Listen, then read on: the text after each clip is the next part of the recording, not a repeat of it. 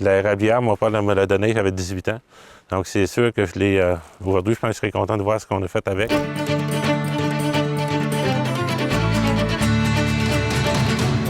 BSL a été un accident, un bel accident quelque part, mais j'avais toujours l'idée de récolter puis faire des sucres. Le printemps, quand il y a été une dizaine d'années qu'on n'a rien fait, je regardais par la fenêtre de mon bureau, je disais ça doit être bon aujourd'hui, ça doit couler. Mais le goût à la sériculture m'est venu en 2010. On a acheté des terres, puis on a multiplié ça, puis on a créé la cabane en Gaspésie, qui aujourd'hui beaucoup de monde connaît.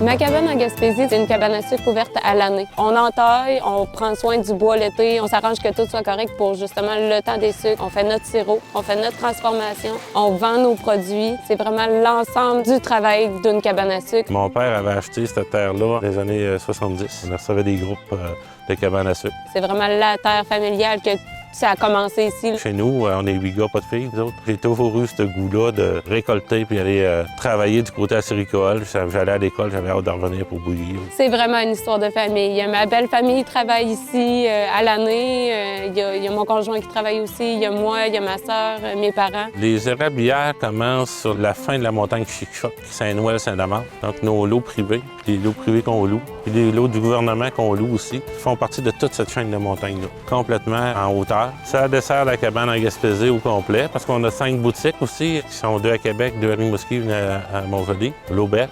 Il s'est ajouté une auberge là, à l'automne 2019. Il y avait une terre boisée, il y avait une érablière dessus. On visait d'abord l'érablière, mais il y avait l'auberge sur le terrain. On va jusqu'à Sainte-Paul, parce que l'auberge qu'on a achetée, c'était de la continuité des érablières qu'on exploite. C'est là que le bouillage de l'eau d'érable va se faire.